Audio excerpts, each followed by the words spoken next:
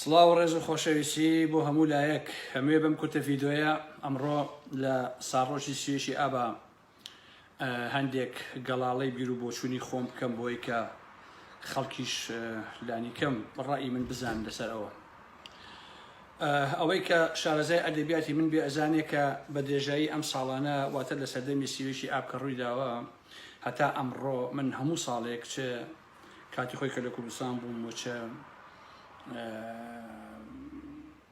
هاتن بۆ ئەوروپا ویان سەردەمی پاڵتاک یان سەردەمی ئەم سۆشیال میدیا و فەیسبووکەوانە هەمیشە بەڕاستی مە قسەی خۆم لەسەر ئەم مۆزوعانە هەبووە. ئەمساڵ هەرچەندە پەیجەکەم سزا دراوە کە خەڵک ناتوانێت ینی زۆرینە ناتوان بیبینن لە ساسی لە سا چلشتێکی وا ئەیبینێ و ئەمەش هەتا 25 ڕۆژی کە هەروە بێت بەپێی ئەوەی کە فەیسبووک ناوی بۆ ناتوە. بە هەر حاڵ بەڵام ئەمڕۆیش لەسەر ئەوە هەندێک قسە و باس و هەندێک ڕەنگە لەگەڵ ڕەئی زۆر کەسانەیەتەوە ئەو حەقم بەسەر ئەوە نییە. عەزیزان کاتێک کە تۆ ئەڵێی پارتی خیانەتی کردووە یا یەکێتی خیانەتی کردووە ئەم وشەیە یا ئەم نەوعە لە تعبیرات بۆ ئەوە بێکە ئەمانە خوان خائین نەبوون پاک بوون ئەمە بوون ئەو بەڵام لە هەلومەرجێکە خیانەتیان کردووە. بەڵام یەکێتی و پارتی دوو هێزی وابەستن و دروستکراوی دەستی داگیرکەران و دوو هێزی خائین بەگەل و نیشتیمان. هەر ئەوەیشە بە نمونە جەلال تاڵەبانی تا ئەمرێ قاچێکی لە ئێرانە لە تورکیایە لە سووریایە لە بەغایە لە ئەوروپایە یەک کەس لە گوڵ کاڵتری پێ ناڵێ مەسعود بارزانی هەر بە هەمان شکڵ کەس ناڵێ ئەمانە مەسەلەن سەر بە نەتەوەیشی بندەستن و ئەیانوێ گەلەکەیان ڕزگارکەن شتیوان نییە. بەڵام ئۆجلان ئەخاتە زیندان و لەبەرەوەی خەتەرە لەسەر ئەم مۆزوعە واتە جیهانبینی ئەم بەو مانایی خەتەرەکە بەڕاستی ئێوێ ئەم گرێ بکاتەوە وە کێشەی کورد لە ڕۆژاتی ناوەڕاستە چارەسەرکە. هەر لەبەر ئەوەیە گەلە کۆمیشەی لێەکەن بە ئەمریکاتەوە بە ناتۆتەوە بە ڕووسیاتەوە بە فڵان فیسارەکانتەوە ئەیخەنە زیندان و بۆ هەتای لێدا یانێن. بەڵام مەسعود و جەلال تاڵەبانی ئاساییە. هەر لەبەر ئەوەیشە کە کورد دەستی ناگە بە ئاوات و ئامانجەکانی خۆی. ناکرێت تۆ چاوەڕوانی ئەوە بی پێ دوابێت کە بەبوونی جەلال تاڵەبانی و مەسعود بارزانی و چێو و ئەمانە تۆ توانی مەسەلەن ستەمی نەتەوایەتی لەسەر گەلی کورد لابێ و گەلەکەت و نیشتیمانەکەت ڕزگارکەی لە دەستی داگیرکەران و دەستی داگیرکاری شتیوان ناوێت.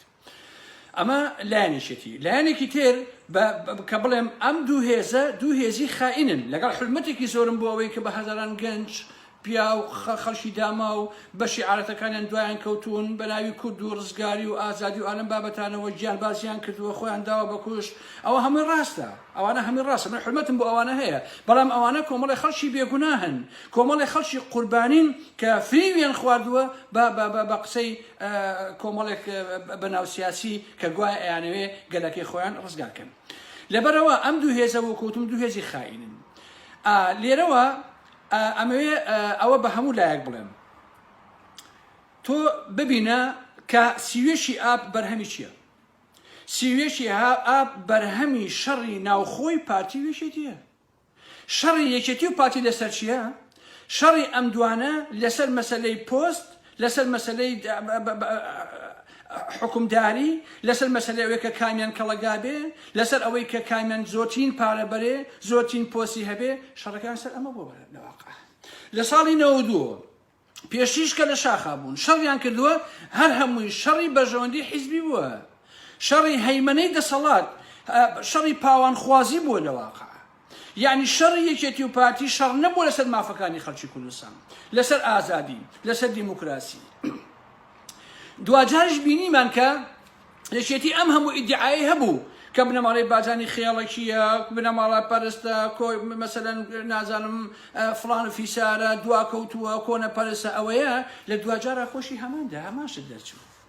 بە درێژایی هەموو تەمەنی یەکێتی و کۆمەڵی ڕەنجەران هەر سکرتێری هەبوون و جەلال تاڵەبانی گوێشی لە هەموو سەرکردایەتێکە کرد تازە بە تازە کوڕەشێت و شبرەکانی هێناوە ئەڵێن تۆ سەرۆکی باشە کەواتە ئەم یەکێتیە ئەم ڕێبەرایەتیە بە درێژایی ئەم مێژووی کە لە 76 دەست پێکە درۆزن و ساختەکار بووە. ئەو شەڕانەی کە بە پارتی ئەکرد شەڕێک بووە کە لە پێناوی بەژەوەندی خۆی ئەو هەموو درۆیە کرد. لە دوایە ئەمیش خێڵێکی دەرچوو ئەمیش بنەماڵچێتی دەرچوو ئەمیش مافیا دەرچوو ئەمیش دەست دەرچوو ئەمیش نۆکەری ئێران و نۆکەری تورکیا و نۆکەری هەموو شتێک دەرچوو جیازیشی ئەو توان نەبوو لە حەقیقەت.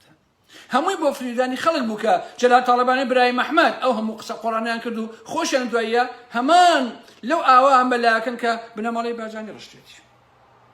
لەبەرەوە سیوێکی ئاب شەڕی بینی پاتی وێشێتی بوو لەسەر پۆست و لەسەر پارە و لەسەر بەژۆندی تایبەت. ئەم شەڕە ڕەبتی بە خەڵکی کوردستانەوە نەبووە، بەڵام هەموو شەڕێک کە لە جوغرافیایشی دیاری کراوە ڕوو ئەدا لە بینی هێزێ یا دوو یا چەند هێزیەکە خەڵکەکەی باجەکەیدا بڕاستی، بۆیە لەو قۆناغانەشە خەڵک باجەکەیەوە. لەسەر و هەموو ئەمانەوە کە ئەم شەڕە ئەوەی کە سیوێکی ئاب کرا بەرامبەر بە یەکێتی کرا و بەرامبەر بە جەلالیەکان کرا، ئەمە ڕاستە و خەڵک تێدا بوو بە قوربانی و کۆمەڵێ خەڵکی یەکێتی یان پارتی لەو ناوایە تیا چوون بەداخەوە کە دوای ئەم دوو هێزانە کەوتون، بەڵام ڕاستیەکەی ئەم شەڕە شەڕی ئەم دوو هێزە بووە. ئێران یەکێتی پازاری هێناوە، ئەم بەعسی هێناوە، بۆ ئەم دوو هێزە خائینن لە حەقیقەتە. ئەمە ئەبێ هەموو کەسی ئەم ڕاستیە بزانێ. دوو هێزی خائین زۆر ئاساییە سیوێکی ئابەکە پازدارە هێنێ بەیەکەوە چن لە شامەشین تورکیا لە پەکەکایەن ترۆرەکەن ئەکوژن ئەدزن تاڵانیەکەن وەکوێ وایە. ئەمساڵ من قسەیەکم وەکو جاران نەکرد لەسەر مەسەلەی سیوێکی ئاب و ئەلم بابەتانە. ئەویش ئەوەیە کە ئەم شەڕە شەڕی پارتی وێشێتی بووە، سیوێکی ئاب بەرهەمی ئەم شەڕەیە.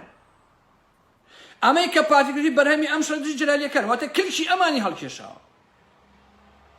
تا ئێوە تا ئەم یەکێتی ئێستا خۆی قسە ناکات. قسێژی کوردی هەیە لە مەنجەڵ لە کوورە گەرمتر، ئێمە نابێت مەنجەڵ لە کوورە گەرمتر بین.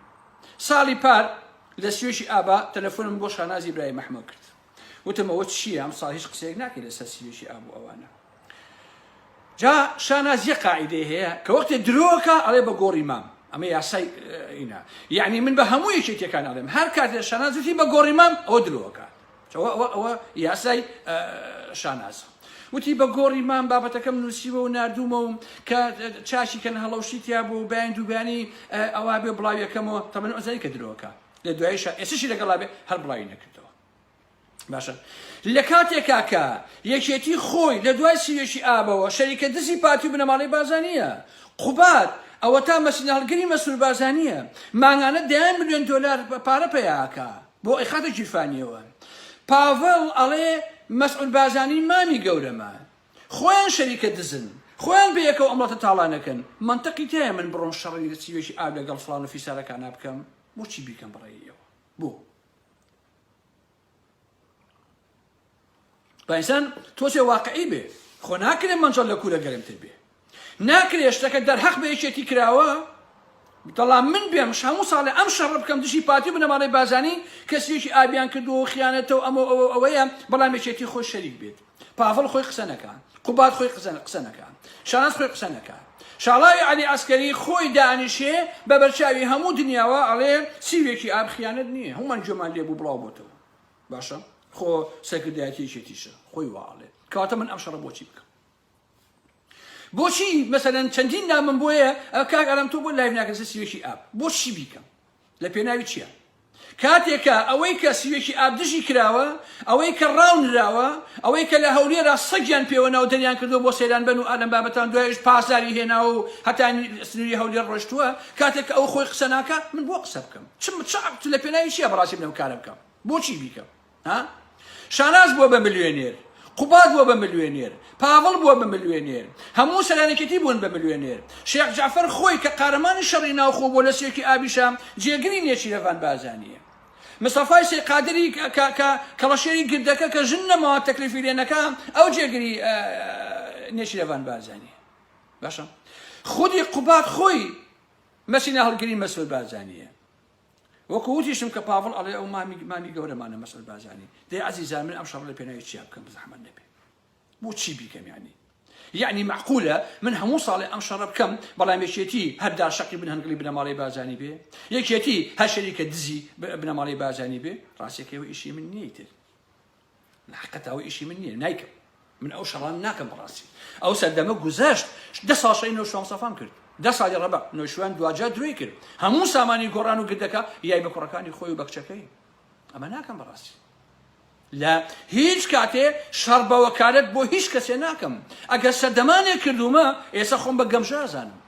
من شەڕەکەم لەسەر مافەکانی خەڵکی کوردستان، لەسەر ئازادی، لەسەر خەڵک، لەسەر ئازارەکانی خەڵک، لەسەر چەسانەوە و بێدادیەک کە لە کۆمەڵگەی باشوورە برەوی هەیە لەبەرەوە من ناشمە ناو شەڕی ئەمانەوە جارێکی تر لە حقیقەتە سەد نەوشیام سەفا زیندوو بێتەوە من ئامادە نیم شەڕی بکەم لە بەرامبەر نیارەکانیە خۆشی بڕۆ لە دوایە گیرفانی خۆی پڕکات شیوان ناکەم لە واقع ئەوسە دەمە گوزەشت لەبەرەوە وەڵام من بە ڕۆفیقانە ئەوەیە لە کاتێکا کە سیوێشی بەرامبەر بە تاقمەکە یەکێتی کراوە تاقمەیەکی یەکێتی خۆیان قوبوڵیانە و خۆیان شەریکی پارتین شەریکی ئەو کەسن کە سیوێشی ئابی کردو کە مەسعود بازانیە و مەسعود بە گەورەی خۆیان ئەزانن بە مەرجەعی خۆیانی ئەزانن بە مامی خۆیانی ئەزانن کەواتە من ئەم شەڕە لە پێناوی چیا بکەم ئازیزان نەخێ نایکەم ڕاستی نایکەم من شەڕەکە بکەم کابرا خۆی یەکێتی قسە ناکات بۆچی ئەم شەڕە بکەم بەڕاستی من لەمە تێناگەم ئەمە چییە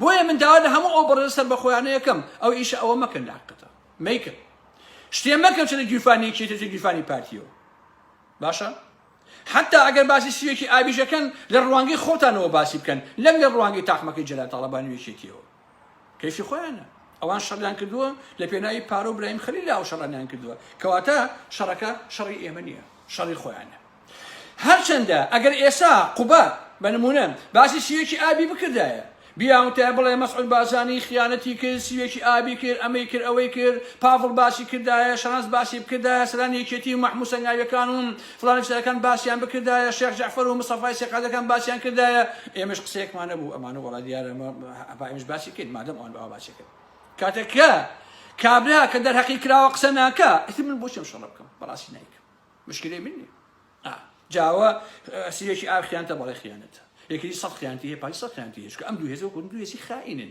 هێزی خائین یعنی خیانەت خۆ شتێکی عەجیب نییە بۆچی خۆتان تێگەوە کاکەجان ئەگەر مێژوویەکێتی و پایتان بۆ هەڵڵەمەوە کە هەمووی منوسێتەوە لە نزیکە 30,000 لاپەڕە زیاتر بێت کە لە ئایندا یەکەم بە کتێبەکە تەمەن مەودا بدە ئەبینن کە ئەم دوو هێزە دوو هێزی وابەستن و دوو هێزی خائینن لە حقیقەتە لەبەرەوە هەموو هێزێکی خائین خیانەت نەبشتێکی تر ناکە مشتێکی عەجیب نییە بە خیانەت کە بەڕاستی لەبەرەوە هیوادارم کە سەرکەوتو سەرفراز بن ئەمە ڕێی من بوو لە سوێکی ئابا من شەڕ بە وەکالەت ناکەم بۆ شاناز و قوباد و پاڤڵ باشە من شەڕی سوێکی ئا بکەم ئەوان شەریکی پارتی بن ئەوان پارە لە پارتی وەربگرن ئەوان خۆیان دەوڵەمەندکەن ئەوان مەسعود مامیان بێ قوباد قۆڵەنیان بۆ بلێسێتەوە شاناز لەبەر لە تیفی بەنداودزی مێردیم ببێ بەسەرەوە کۆمار چرکەی لێوەنێت نایکەم بەڕاستی ئەو شەڕانە ئەوە ڕۆی ئەو سەردەمانە 10 ساڵ هاوارم بوو لە شوام سەفا هاوارم کرد ئاساس ئێمە ئەمانەی بیگۆڕین لە دواییە کوڕەکانی بوون بە ملیۆنێر و خاوەن گرد و کچەکەی بوو بە خاوەنی ڤێلا و خاوەنی ژیانی شاهانە